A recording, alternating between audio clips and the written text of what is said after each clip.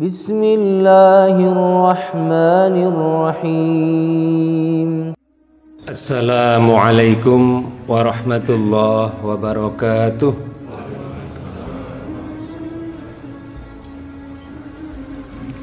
Alhamdulillah. Alhamdulillahilladzi arsala rasulahu bil huda wa dinil haq liyudhhirahu 'alad dini kulli wa kafa billahi syahida. Asyhadu an la ilaha illallah wahdahu la syarika lah wa asyhadu anna Muhammadan 'abduhu wa rasuluhu la nabiyya ba'dah. Qala Allah ta'ala fil Qur'anil Karim, a'udzu billahi minasy syaithanir rajim. Wal 'asr innal insana lafi khusr illa alladziina amanu wa 'amilus solihati wa tawassaw bil haqq wa tawassaw bis sabr. Jamaah salat subuh yang dirahmati Allah Subhanahu wa taala, pada kesempatan pagi hari ini kita akan berbicara tentang satu tema yang menjadi tantangan kehidupan kita sehari-hari, yakni bagaimana kita bisa menjalani kehidupan ini dengan berkah, tapi juga sekaligus mendapatkan rezeki yang melimpah. Namun sebelum masuk ke topik tersebut, Bapak Ibu sekalian, saya ingin menyampaikan bahwasanya dalam keberagamaan umat, terutama umat Islam, sebetulnya ada dua fenomena, Bapak Ibu sekalian. Ya, ada pandangan yang pertama itu yang memahami kalau beragama itu meraih kesucian diri dan kalau bisa sejauh mungkin menjauhi hal-hal yang pamrih secara dunia. Dalam hari ini rezeki yang melimpah tadi ada seperti itu, Bapak Ibu sekalian. Jadi mereka mengisi hari-harinya ya dengan beribadah mahdhah, tekun ya, dan untuk mencari rezeki ya sekedarnya saja. Menika wonten Bapak Ibu sekalian. Pandangan-pandangan ini ya biasanya di dalam benak masyarakat ini yang pertama itu ada pemahaman bahwasanya ya kalau sekarang saya ditakdirkan nggak punya rezeki ya memang kayak gini Allah mentakdirkan saya, ya diikuti saja seperti itu. Ada juga pemahaman ya yang menyatakan bahwasanya ya dunia ini cuma sebentar gitu, cuma sebentar ya, dan nggak usah ngoyo mencari rezeki di dunia ini gitu. Dan kita sebentar lagi sudah akan meninggalkan dunia ini, entah kapan. Nah ini yang kemudian kesimpulannya Bapak Ibu sekalian itu kemudian agak mungkin kurang pas dengan tema ini, hidup berkah, rezeki melimpah, seperti itu.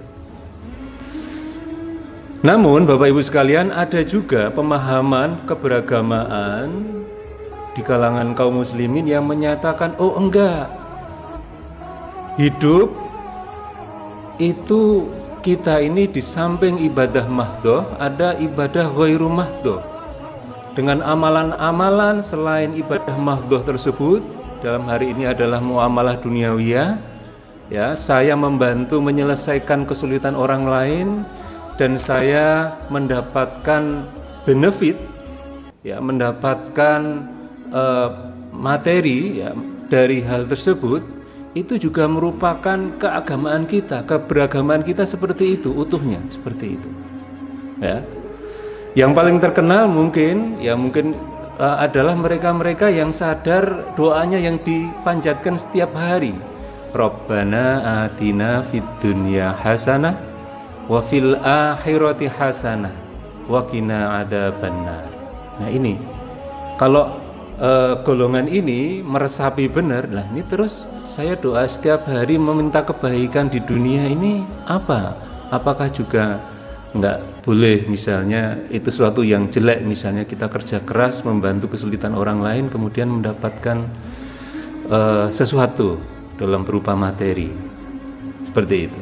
Nah, ini ada di dalam kehidupan di tengah masyarakat kita Bapak Ibu sekalian, dan saya juga menjumpai, mungkin Bapak Ibu sekalian juga menjumpai.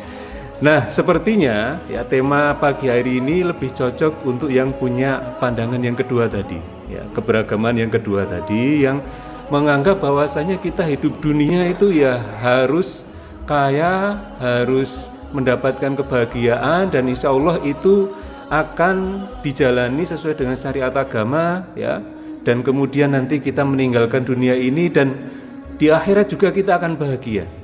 Lah, cocok ini tadi dengan doa sapu jagat tadi Bapak Ibu sekalian. Nah, seperti itu.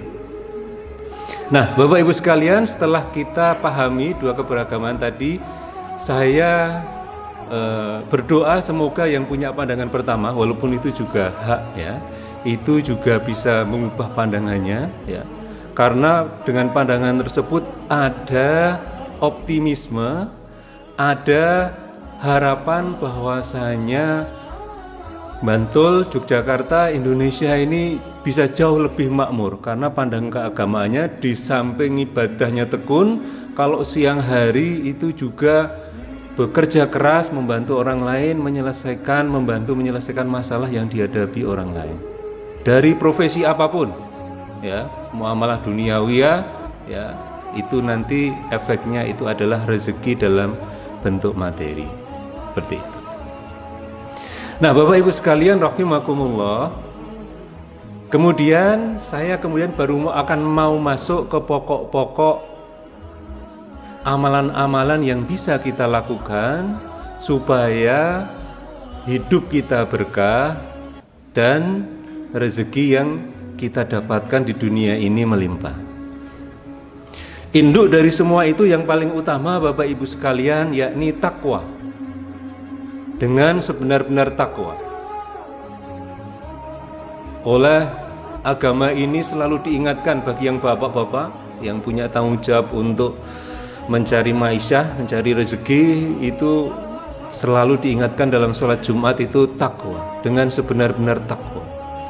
Dan alhamdulillah atas karunia Allah Subhanahu wa taala kita menjalani satu proses untuk menuju takwa. Dan itu sudah banyak dibahas, ya, di kajian-kajian ceramah-ceramah sebelumnya, pasti saya yakin seperti itu.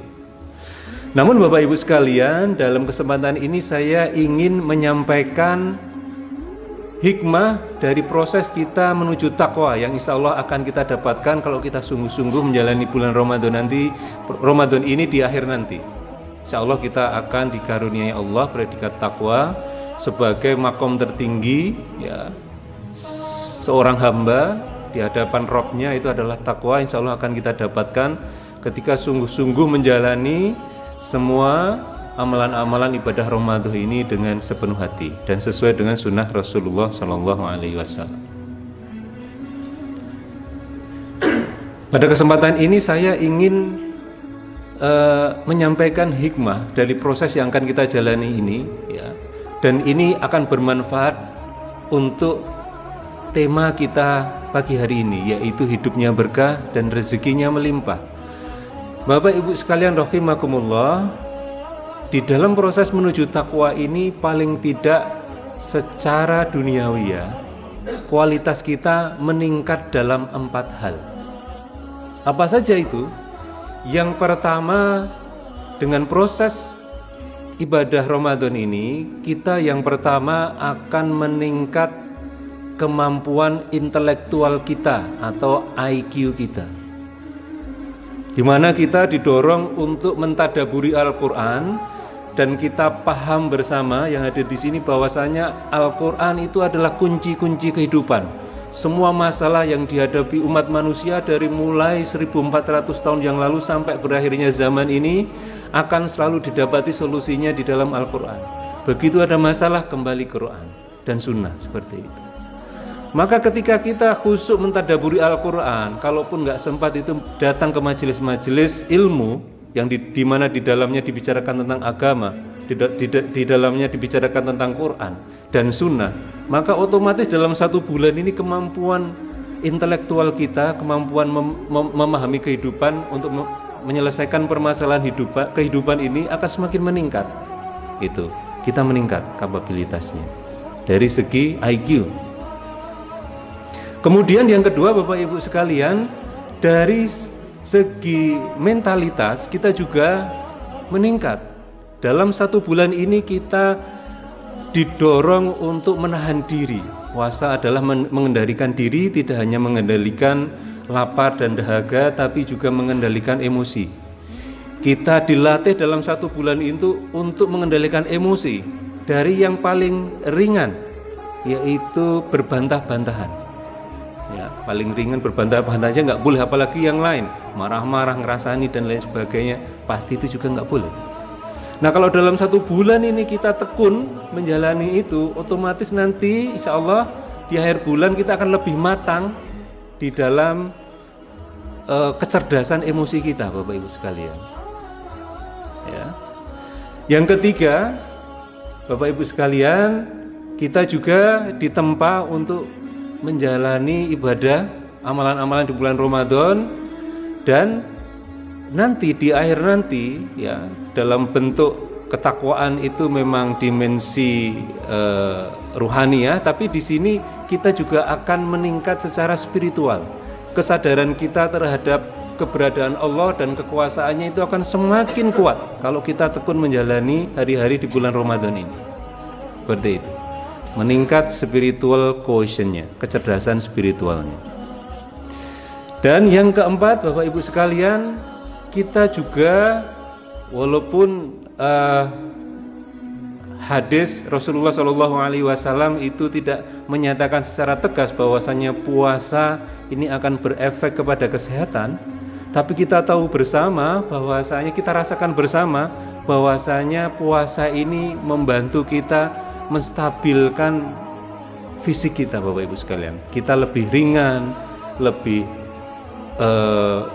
jernih dalam berpikir dan lain sebagainya. Jadi secara fisik kita dilatih di dalam puasa ini, maka di akhir nanti kecerdasan, kemampuan fisik kita akan meningkat. 4 hal itu adalah buah dari muamalah duniawiyah kita ya di dalam bulan Ramadan ini. Ya. Bapak Ibu sekalian rahimakumullah, dengan modal itu Bapak Ibu sekalian, maka kita punya modal besar untuk menjalani kehidupan setelah Ramadan ini dengan penuh takwa. Ya. Kalau Hasan Basri menyatakan bahwasanya orang takwa itu dikenal dalam kesehariannya itu dengan kejujurannya. Dia berbicara itu jujur, walaupun itu kondisinya nggak mengenakan bagi dia, tetap jujur. Kemudian yang kedua, tidak sombong. Dia tenang, dia rendah hati menjalani kehidupan ini dan memaafkan. Dan yang ketiga, selalu berusaha mendorong untuk kebaikan, berbuat kebaikan, mengatasi, membantu orang lain dan lain sebagainya. Itu beberapa hal yang disampaikan Hasan Al-Basri mengenai ciri-ciri orang yang bertakwa. Amalan utamanya adalah bertakwa, kemudian kita baru masuk ke amalan-amalan yang merupakan turunannya. Yang kedua, Bapak Ibu sekalian, adalah berbakti kepada kedua orang tua. Kalau masih ada yang punya orang tua, maka ini adalah amalan utama untuk menjadikan kehidupan kita ini berkah dan rezeki melimpah. Paling tidak Bapak Ibu sekalian, yang sudah sahih, yang sudah ini terbukti secara valid dalam sunnah Rasulullah SAW terkait dengan berbakti kepada orang tua ini, cerita yang masyhur mengenai 3 orang yang berteduh di dalam gua, kemudian mulut guanya itu tertutup batu besar. Pasti Bapak Ibu sekalian sudah hafal mengenai kisah ini, di mana kemudian amalan soleh berbuat baik kepada orang tua itu dijadikan wasilah, perantara untuk memohon kepada Allah untuk menggeser batu tersebut. Ya. Dan benar pada waktu itu dari hadis tersebut dinyatakan bahwasanya batu itu bergeser. Nah, ini yang sudah terbukti. Dalam hal kehidupan dunia nyata Bapak Ibu sekalian, monggo Bapak Ibu sekalian persani bagi anak-anak ya, keluarga-keluarga yang ngugemi orang tua, tapi tidak hanya ngugemi saja, tapi dia juga bekerja dan lain sebagainya, dilihat kehidupannya lebih tentram, lebih enak, lebih bahagia apa mboten. Nah, itu yang kedua Bapak Ibu sekalian. Yang ketiga, amalan yang bisa membuat kita hidupnya berkah dan rezeki melimpah itu adalah membaca dan mentadaburi Al-Quran, Bapak Ibu sekalian. Ya, di dalam Quran disebutkan bahwasanya Quran ini diturunkan ya, dan akan menjadi penyembuh segala penyakit di dalam dada kita ya, semuanya, dan akan menjadikan rahmat. Di aspek kesehatan Bapak Ibu sekalian, ketika kita secara rutin ya membaca Al-Quran, mentadaburinya, yang pertama itu akan menstabilkan diri kita. Yang awalnya pusing, baca gak keras, khusyuk seperti itu, 1 lembar, 2 lembar, 3 lembar dengan keras gitu, dengan tartil seperti itu, setelah ditutup coba Anda rasakan ya, emosi kita, stres kita ya, itu akan bertambah normal seperti itu. Dan juga misalnya dirutinkan untuk membaca Al-Quran ya selepas subuh ya, bagi yang masih belajar silahkan, mungkin juga yang belum masih silahkan dirutinkan, itu akan menjalani hari-harinya untuk belajar itu dengan enak. Yang bekerja juga demikian, akan lebih tentram, nggak kemerungsung, nggak capek ketika masuk kerja atau menjalani kuliah seperti itu atau sekolah. Yang kedua Bapak Ibu sekalian, dampaknya membaca Al-Quran selain rahmat tadi, rahmat itu tentu ya, tapi dalam fisik kita itu akan menstabilkan tekanan darah. Pak, tapi saya punya hipertensi, baca Quran kok nggak stabil gitu ya. Nah, bisa jadi memang perlu ditingkatkan lagi tajwidnya bagaimana, kemudian mentadaburi atau belum, meresapi hikmah-hikmahnya atau belum, karena ini juga sudah dijanjikan oleh Allah Subhanahu wa Ta'ala. Yang ketiga Bapak Ibu sekalian ya, yang menarik ini dari riset psikologi, bahwasanya membaca Al-Quran dan didahului dengan adabnya yaitu wudhu ya, itu bisa menghindarkan kita, menetralkan kita dari potensi-potensi psikotik. Apa itu psikotik itu? Psikotik itu gejala-gejala kalau sudah akut itu harus dibawa ke grasia Bapak Ibu sekalian, ke pakar psikotik. Jadi kalau itu akumulasi gitu ya, jadi akhirnya dia tidak bisa membedakan khayalan dia dengan kenyataan. Seperti itu. Ya. Jadi dengan wudhu, dengan tertib ya, itu akan menetralkan emosi kita ya. Baik itu mungkin dari secara fisik, sentuhan-sentuhan wudhu, dan juga secara psikologi seperti itu, dan menetralkan potensi-potensi psikotik tadi Bapak Ibu sekalian. Tapi bukan berarti kemudian kalau nyun ngapunten, kalau sudah nggak genep di wudhoni terus selesai, enggak, itu berarti sudah perlu treatment secara medis ya. Tapi kita semua ini ada punya potensi seperti itu Bapak Ibu sekalian, di tengah masalah yang kita hadapi sehari-hari. Tapi ya dengan wudhu dulu, dengan bagus, wudhu itu ya dimulai dengan berdoa ya, kita laksanakan sesuai dengan tuntunan Rasulullah SAW, diakhiri juga dengan berdoa. Adabnya juga setelah itu baca Quran itu dengan adab seperti itu. Nah, dari riset itu yang ketiga tadi ya, yaitu menetralisir kita dari potensi-potensi untuk kena psikotik tadi. Psikotik. Sudah berapa tadi Bapak Ibu sekalian? Lupa. Oh, 7, 10. Waduh, saya baru nyebutin 3 ini. Saya baru nyebutin 3 gitu. Ya. Terakhir Bapak Ibu sekalian, ya sebelum kita akhiri, yang keempat itu adalah dengan menyambung silaturahim. Ya, nggak boleh jadi orang Islam nggak boleh baperan. Walaupun kalau salah satu ciri ibadur rahman itu yang paling berat itu adalah kalau kita dijahili, disakiti, kita balas dengan kebaikan. Bukan dibalas secara dengan setimpal Pak, tapi dibalas dengan kebaikan. Nah itulah ciri menjalin silaturahmi ada di sana. Bagaimana kalau orang itu sudah ngapusi kita, ya sudah menyakiti kita, memutuskan silaturahmi kita, kita sambung itu, kemudian kita bicara mengenai pekerjaan dan lain sebagainya, maka itulah yang akan memanjangkan umur kita dan menambah rezeki kita. Jadi 4 Bapak Ibu sekalian, takwa, berbakti kepada orang tua, membaca Al-Quran dengan baik, yang ketiga menyambung silaturahmi, itulah amalan-amalan utama bagi orang yang memiliki pemahaman agamanya. Di samping menekuni ibadah mahdhah, beragama itu juga menekuni ghairu mahdhah, dan di sana diyakini juga sebagai pelaksanaan ajaran agama kita. Demikian yang bisa saya sampaikan, kurang lebihnya mohon maaf. Nasrun minallah wa fathun qarib wa basyiril mu'minin. Assalamualaikum warahmatullahi wabarakatuh.